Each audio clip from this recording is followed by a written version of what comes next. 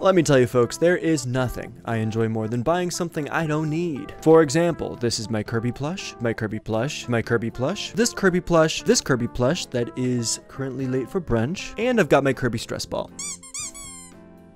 And also I've got my Kirby plush. Now, my pathetic sources for cognitive stimulation aside, there seems to be this super fun trend where online influencers and shops will sell things that are easy to market rather than something that is actually innovative. And this concept is perfectly explained by my favorite philosopher, Delta Work. Can someone please explain to me a dry Swiffer? You take the stick out and then you literally get your hands and then just fold this paper towel on there, and then you just walk around. Look what I'm doing. And then you take it off and you throw it. That's the technology. This is what we've been waiting for. I could get off my ass and just get a paper towel like this and squat down and wipe up whatever hairball is there and fucking put it in the trash. But instead I need to pay $17 for this, and then I don't know, $8 for the pack of this. So I could go, look at me. So Delta's right. The product was not made because it was the most convenient or because it was the best version of itself. This product exists because it's cheap to produce, it constantly makes money, and a man in a suit had the idea to make an oddly horny commercial about it. A commercial asks us to believe that all problems are solvable, that they are solvable fast, and they are solvable fast enough through the inventions of technology. I understand we all know how a commercial works, but its effectiveness really stands out in the fitness industry because the concept of accessibility is completely thrown out the window, and some of the dumbest products have been sold to people who are just looking for some motivation. My favorite example of this is, of course, the Body Blade. It is a useless bendy stick that absolutely does not work and can also cost you up to $150. Now, I can't tell you what to do with your money. Obviously, if this is something you enjoy, then by all means, but just keep it in the bedroom. You know, I'm tired of you people shoving your lifestyle in my face. We're getting close now. But the good news is that from body blades to whatever medieval torture device this is, most people can see through the garbage. I think it's a pretty universal response for us to watch Kumail Nanjiani stand on a vibrating plate that does nothing and go, okay. But what if a business could sell a product that's cheap to produce, constantly makes money, promises to work fast, and when the product inevitably doesn't work, the customer will blame themselves for it not working? Well, babes, welcome to the supplement industry.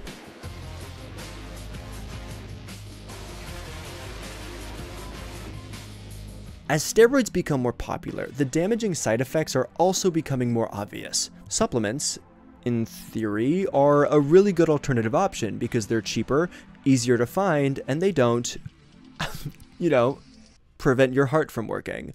Unfortunately, what separates these two is that steroids work while most supplements don't. And the reason they don't work is that most products don't have the ingredients they claim to have. Most fitness supplements are classified as dietary, which means the FDA does not have the power to test them for safety or effectiveness before they're sold. This means that manufacturers can sell supplements they believe are safe with virtually no pushback. And the word believe here is doing a lot of heavy lifting. Like, I can believe that people follow me because of my winning personality, but I think the math says otherwise. And to make it even worse, in 2023, a study found that 89% of dietary supplement labels did not accurately declare the ingredients found in the products. So the overwhelming majority of supplements that are sold do not contain what's advertised. That's insane. And I've seen people defend supplements like, oh, a bad apple doesn't spoil the bunch. But if 90% of your apples are spoiled, I think it's time to find a new grocery store. Somehow the supplement industry created a less trustworthy environment than the Catholic Church. That's hard to do. And it's more serious than selling someone a fiber pill that doesn't have much fiber in it. I think a lot of people these days are frustrated with the way our education system has failed to teach them about health, or how our healthcare system is outrageously expensive, all for you to be seen by some emotionless doctor in a sterile room who's inevitably going to misdiagnose your cramps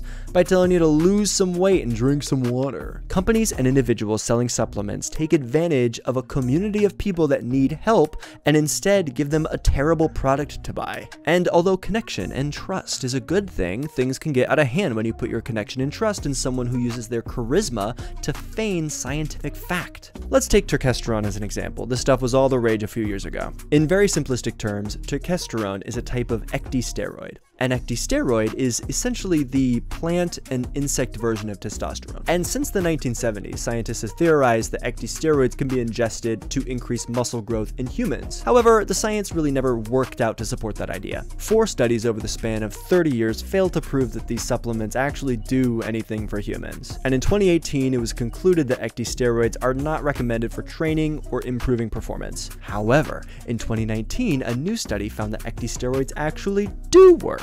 So immediately, the market was flooded with products containing testosterone because, of course it was. It was advertised on the Joe Rogan podcast and promoted heavily by everyone with a skin tone that I would describe as suspiciously red. But Kevin, why are you ignoring the words of Joe Rogan when stupid babies need more attention? The whole thing raises an eyebrow because in 2019, the study on ecdysteroids lacks any information as to why these results are different than the ones from the last 30 years. Why now? Why these subjects? So, much like the oldest man in the locker room, this study seems entirely unconcerned with the judgment from their peers. But that doesn't really matter, does it? Because people don't read studies. They see a man with big meaty claws, tell them that something works, and they go off and they buy it. Companies will sell laxatives and market it as skinny tea on TikTok, use anecdotal evidence to sell placebos, and promote miracle cures with products as straightforward as vitamin C immune boosters that are missing the ingredients listed on the package. So now we're looking down the barrel of a $160 billion industry built on fake products with no proven uses, whose entire claim to fame is being endorsed by a bald man who's notorious for being wrong. No, not that one. No, the other one. No, the other one. Oh, God. Supplements work so well as a tantalizing product because they cater to the illusion of access to resources that are required for you to look like the image fitness influencers are selling you. And what I mean by that is, in order to get fit or swole like the big boys, you need knowledge, money, and time. And those 3 things can be very hard to manage for a hobby when you're also trying to juggle the rest of your life. Now, if you have enough money, you can buy some of these resources. You can pay for a trainer that helps you be more productive with your time. You can pay for some nice meals so you don't have to waste your energy cooking. But a lot of people don't have access to those things. Americans specifically have been sold this incredibly warped idea of health. Ask any almond mom out there the difference between a fat, a carb, and a calorie. They have no idea because it's never been about health. It's about the aesthetic of being clean and pure. Companies know that people are looking for assistance and they will gladly sell it by the bottle, whether it's real or not. And I get it. It is hard to look at someone who looks like He-Man and not assume they know what they're talking about. But we have to remember that anecdotal data and personal experience is important, but it's not evidence, and it can't be the entire pitch. And if I'm going to take it a step further, proper dieting and going to the gym for the vast majority of us will never match the results of surgery and steroids. And no supplement on the market is going to change that. In the same way that every celebrity is tight-lipped or actively lies about what work they've had done, selling fake supplements implies the same idea, that these attractive influencers just go to the gym and eat their salads. Instead of what actually happens, which is the constant skin treatments, the filler, the massages, the steroids, and the dental work. Now, what's happening in the fitness industry right now is not an isolated incident. Every single industry is at a breaking point right now because so many influencers have jumped on the bandwagon of searching for the next thing to sell to their audience as a way to look more interesting than their competition. Theme park influencers are becoming more and more out of touch as the parks become more expensive and have less to do. Interior decorating vlogs are spending hundreds of thousands of dollars to redo their homes so they can compete with every other vlog on the market. As of this recording, finance influencers are in incredibly hot water because they lost their followers a ton of money when a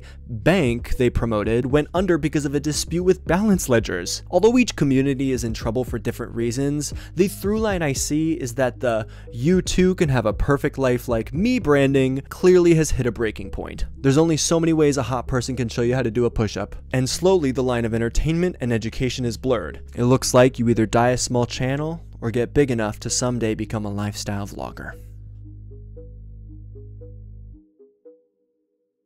So how do we protect ourselves from all this nonsense? Well, in the words of Derek Barris, watch what they say and then watch what they sell. Rule number 1, stay away from anyone who's trying to pressure you with negative emotions. Regarding fitness, fear, anxiety, and worry are terrible motivators for getting you to go to the gym. However, they are great motivators for getting you to buy something. If someone cares about your long-term success, they're not going to be trying to stress you out. Number 2, stay away from generalized statements. This thing causes cancer. This soda's making you fat. This workout is all you need to get the butt you want. Lies. Oh my gosh, my biggest pet peeve is when I see videos like, this workout got my ass to look like a single mom in a Pixar film or whatever the f. Because that person with a nice ass didn't just do that single workout. They also do a plethora of leg movements, take steroids, and go to the gym twice a day. Number 3, selling you something to kickstart a habit. Most situations regarding fitness do not require fancy equipment. The most successful products out there are things that aid what you already do. The truth is, buying a product is poor motivation for starting a pattern. Generally, it's better to establish the habit on your own and then buy a product that helps that habit become easier,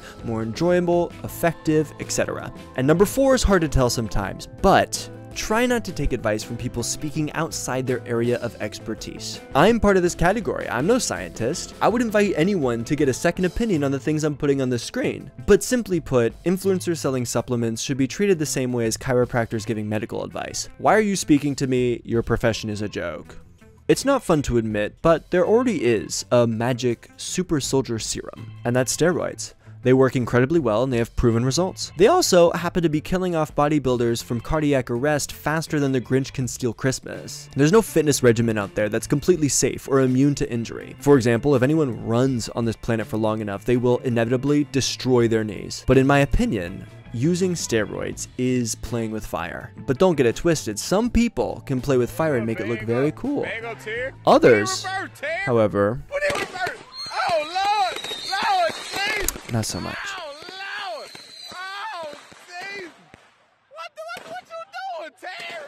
I think we can both agree I've spent enough time yik-yakking. And let's be real, it's very easy for me to sit here and just say don't buy stuff. Preaching the absence of action isn't very helpful in a landscape that is incredibly good at preying on what humans think they need. But I'm an honest man, I can put my money where my mouth is, which is why I always pay handsomely when people all over my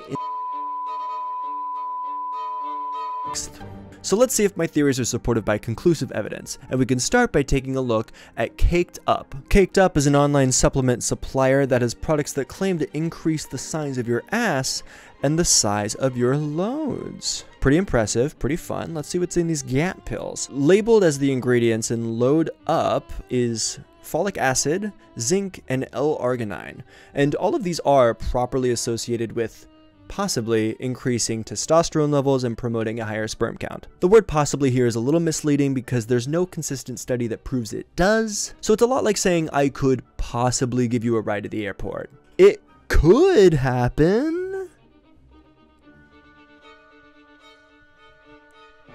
So that's where they're getting the harder, faster, stronger numbers from, and if we're gonna stop it right there, that's not the worst. But it does not list how much of the ingredients they have in here. The serving size is 2 tablets and you take them for at least 60 days for the full effect. But with each bottle only having 60 tablets, you have to order the product twice in order to see its full effects. That's over $70 for a pill whose entire collection of evidence is just vibes. But really, the cherry on top of this load-covered sundae is that all of these reviews are fake. Great value, highly efficient, user-friendly, and efficient. Babes, you're taking a pill. If it's not user-friendly, then I think something has gone horribly wrong. I swear this review section is so devoid of real people I might as well be scrolling on Facebook. The truth is, you can ask any doctor and they'll tell you that a small load has nothing to do with fertility or health. If you really want to increase your count, you can drink more water and exercise regularly. But that's just one product. What about the miracle ass-enlarging pill that I hear all the hotties use? Surely a porn star influencer wouldn't lie to us for a paycheck. So the caked up ingredients are Lepidium mayeni and Serenoa repens, which are supposed to increase libido, Dong Quai extract, which I think helps with cramps, and Trigonelliform graecum, which can help increase testosterone if you take 300 milligrams twice daily for 8 weeks. There is nothing in here that implies muscle growth. Again, I'm no scientist, but as far as I can tell, this is just a bottle of pills ground up from a questionable amount of herbs and spices designed to make you hornier, and honestly, work. Like, sell your pills that make you horny, but don't lie. And don't hire influencers whose asses have been around long before your product existed and try to take credit. Even these influencers will tell on themselves. The moment you ask them what their real routine is, they don't name products or machines. They talk about dedication and hard work. The way I see it, if you want the biggest ass, you've got two options. Replace your social life with the commitment to the aesthetic or surgery. End of list. Interestingly enough, while writing this script, I was messaged by Friend of Dorothy, a supplement company that sells eerily similar products to Caked Up. And they were asking if I wanted to promote their supplements. I asked if they had any science-based evidence to back up their claims of increased semen production. And interestingly enough, they happened to lead me down the most insightful and educational paths about their product. They were so empathetic and they had backed up evidence and really seemed like they were trying to make the world a better place. And also, I'm kidding, they left me on red because of course they did. I'm not going to go through the ingredients again and waste your time. The majority of their products are holistic garbage whose results have yet to be replicated on any respected platform. That being said, a new ingredient I noticed they were using is rosehip, and my first Google search called rosehip the Holy Grail supplement. And the willingness to bring God into a discussion about what chemicals do to the body is incredibly telling about who is trying to insert themselves into an already excruciatingly problematic industry. I've been focusing on companies that market themselves as queer friendly because I think that's purposefully duplicitous. Like in this case, you're not queer friendly, you're just marketing to a gay audience, and those are two very different things. But I guess, yeah, thanks for not calling me a slur while you're selling me false hope in a bottle. If you need a horny pill that doesn't work, don't go here. Just take yourself to a gas station and pick the first thing you can find off the wall. That's what straight people do, and that's true equality. Sometimes it just feels like there's no escape, you know? Like, this is a creator I like, and their creatine is marked up twice as expensive. And I get why that is, you're paying for the brand, but often it just feels like an exercise in futility. It's like removing a child from R. Kelly's sex dungeon only to put them in Drake's custody. And what annoys me the most is that it's not hard to sell a good product these days. If you made a product that worked, and had measurable effects on the body, and all of your competitors were selling probably fake pills, wouldn't you make every effort to separate yourself from them? It would be really easy to put skeptics like me in their place, yet these companies don't. And I think it's interesting how that keeps happening. This is why I can't take people seriously when they say they want less regulation. Every single market that's unregulated is currently burning down. I feel like what Republicans mean when they talk about wanting less regulation is that they want, like, fewer handlebars at Disneyland. I understand, I too am nostalgic for the days where the government can't tell me where to shove my Kinder Egg, but there's clearly a loser in the lack of regulation discourse, and it's not the economy. And it sucks to have to defend the government because the FDA is not perfect by any means, but at least it's something. I want to like supplements, I really do. My favorite internet war ever started over a dispute over hair vitamins. That's hilarious. I want with my heart to be a supplement girly, but my brain knows that I will never be happy with a product that is just meant to fulfill my imagined hopes and dreams. I don't mean to be a doomer, but I do think it's going to get worse from here, with celebrities taking steroids in preparation for roles they absolutely do not need them for, and with so many people so incredibly comfortable with just lying about what they do to look the way they are. You need to learn how to protect yourself from people who are peddling falsehoods in an attempt to just enrich their pockets. I think you deserve better. You deserve to not be lied to. You deserve to look in the mirror every morning and be proud of who you are, regardless of what some influencer says to you, or regardless of how horny the commercial is.